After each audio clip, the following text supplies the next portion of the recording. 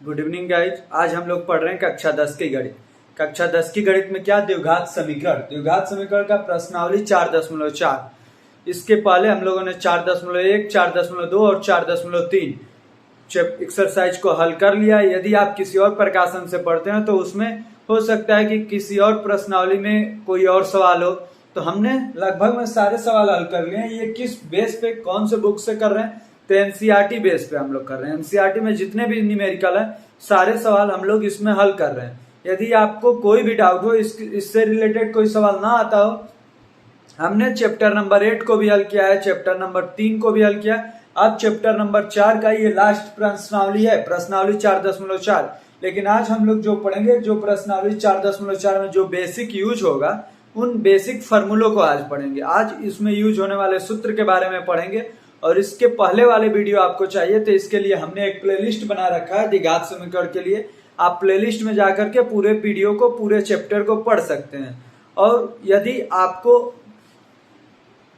कोई भी डाउट हो तो आप हमारे कमेंट बॉक्स में कमेंट कीजिए। हम संडे के दिन एक डाउट क्लास लेकर आते हैं, आपके डाउट को उसमें क्लियर किया जाएगा। और यदि आपने हमारे चैनल को सब्सक्राइब नहीं किया होगा तो सब्सक्राइब कर लीजिए, जिससे आपको डेली बाई डेली की क्लास की नोटिफिकेशन पहुंचती रहे, जिससे आपसे कोई भी क्लास मिस ना होने पाए। आइए आज का हम लोग प्रश्नावली में यूज होने वाले फॉर्मूलों के बारे में पढ़ते हैं। हम लोगों का प्रश्नावली 4.4, इसमें यूज होने वाला क्या है, तो द्विघात समीकरण क्या होता है सबसे पहले उसका बात करते हैं। तो ax² plus bx plus c बराबर 0। एक आप लोगों ने द्विघात सूत्र पढ़ा था, वो क्या था, तो वह हमारा था -b प्लस माइनस करड़ी में b² माइनस 4ac अपान 2a। यहाँ पे जो आप b² माइनस 4ac देख रहे हैं, ये इसी वाले पद को क्या कहा जाता है, तो इस वाले पद को कहा जाता है विविक्तकर।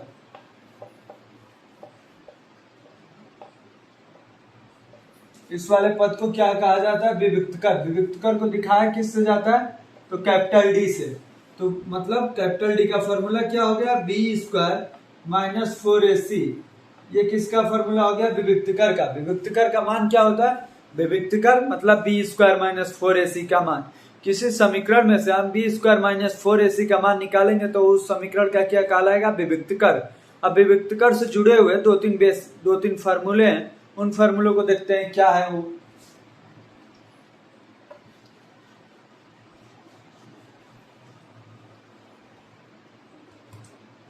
सबसे पहले आपको तो ax² plus bx plus c बराबर 0, इसमें से a b c का मान आपको ढूंढना आना चाहिए। उसके बाद से जो विविक्तकर का फॉर्मूला बनता है, पहला फॉर्मूला बनता है b² माइनस 4ac का जो मान होता है, यह यदि 0 से बड़ा है। 0 से बड़ा मतलब यदि धनात्मक है, वो धनात्मक वास्तविक संख्याएं होंगी। धनात्मक में पूर्णांक हो या न हो उससे नहीं मतलब है, केवल धनात्मक हो, 0 से बड़ा हो। जब b² माइनस 4ac का मान, तो यहाँ पे क्या होगा, यहाँ पे मूल वास्तविक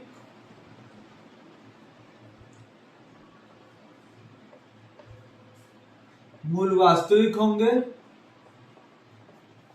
वह भिन्न भिन्न होंगे। मूल वास्तविक होंगे, वह भिन्न भिन्न होंगे।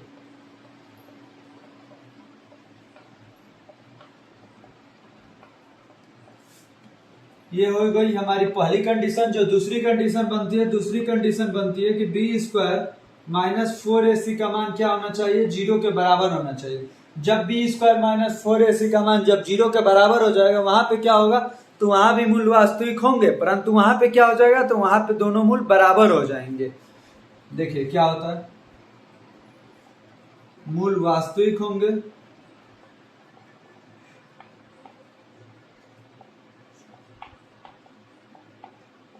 मूल वास्तविक होंगे, वह बराबर होंगे।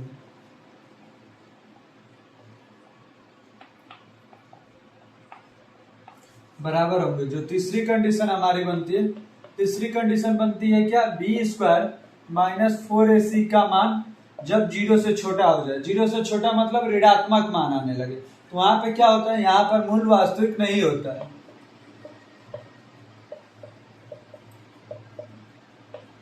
मूल वास्तविक नहीं होंगे।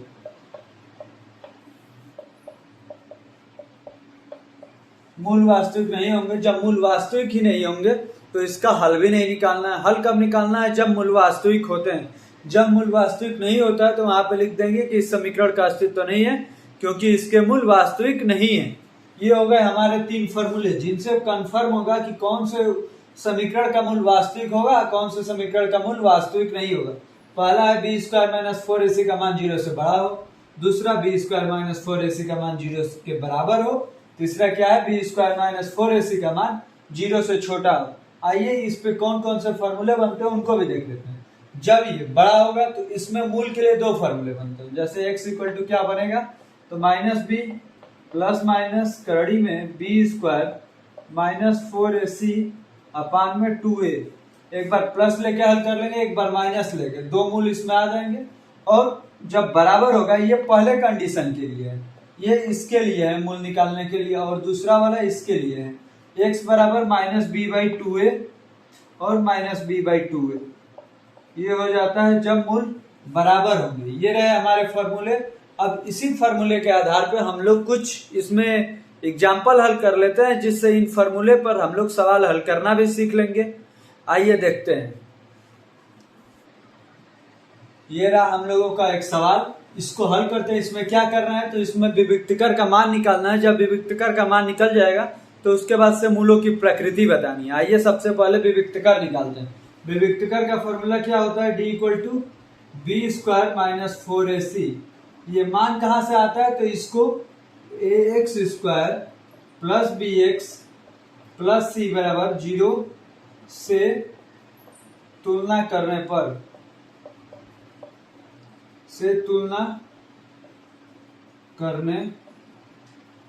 पर ए का मान क्या हो जाएगा? ए का मान 2, बी का मान -4 और सी का मान 3।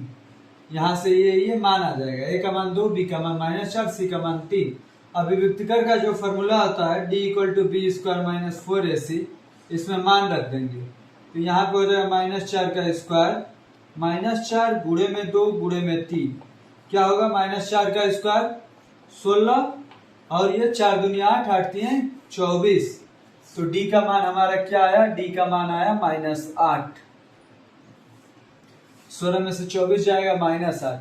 अभी आप लोगों को हमने बताया कि जब इस विविक्तकर का मान 0 से छोटा आ जाएगा तो क्या होगा? मूल वास्तविक नहीं होंगे। तो यहां पे लिख देंगे कि मूल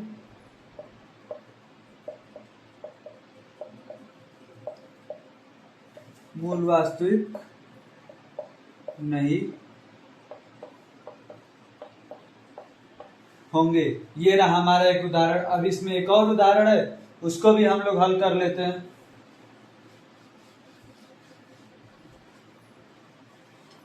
देखिए दूसरा उदाहरण क्या है? 3x square minus 2x plus 1/3 बराबर 0। इसमें क्या करना है? तो इसमें भी मूलों की विविक्तकर निकालना है। विविक्तकर निकाल के मूलों की प्रकृति निकालनी है। यदि मूल वास्तविक हैं तो उसको हल करके उन मूलों को भी बताना है कि वो मूल क्या होंगे। आइए इसको भी हल कर लेते हैं। इसमें भी ax square plus bx plus c बराबर 0 से तुलना करने पर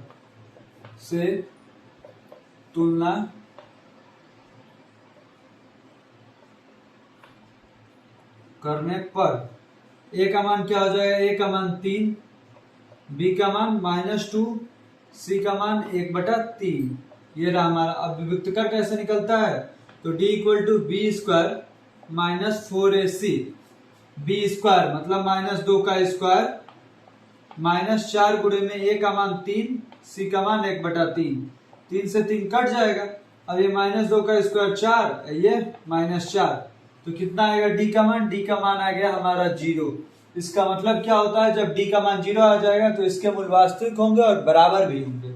तो यहाँ पे लिख देंगे मूल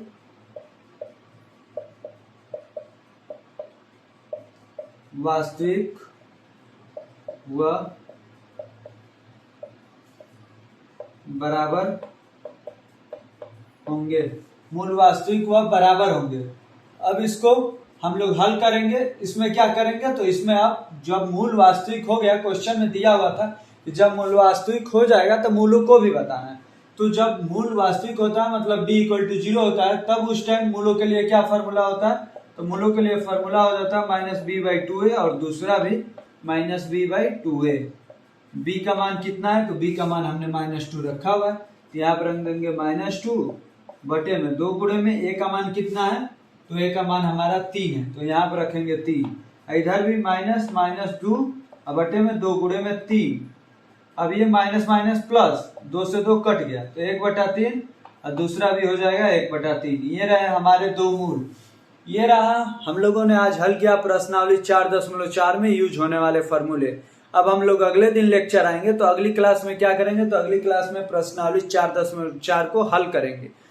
बाकी आपका धन्यवाद हमारे चैनल पे बने रहने के लिए। एक बार और यदि आपने हमारे चैनल को सब्सक्राइब नहीं किया होगा तो सब्सक्राइब कर लीजिए और अपने दोस्तों को भी शेयर कीजिए, क्योंकि बोला जाता है कि ज्ञान बांटने से ज्ञान बढ़ता है। यदि आप अपने दोस्त को शेयर करेंगे तो आपका खुद ही ज्ञान बढ़ जाएगा, आप खुद भी देखेंगे और अपने दोस्त को भी दिखाइए, जिससे अच्छा रहेगा। धन्यवाद।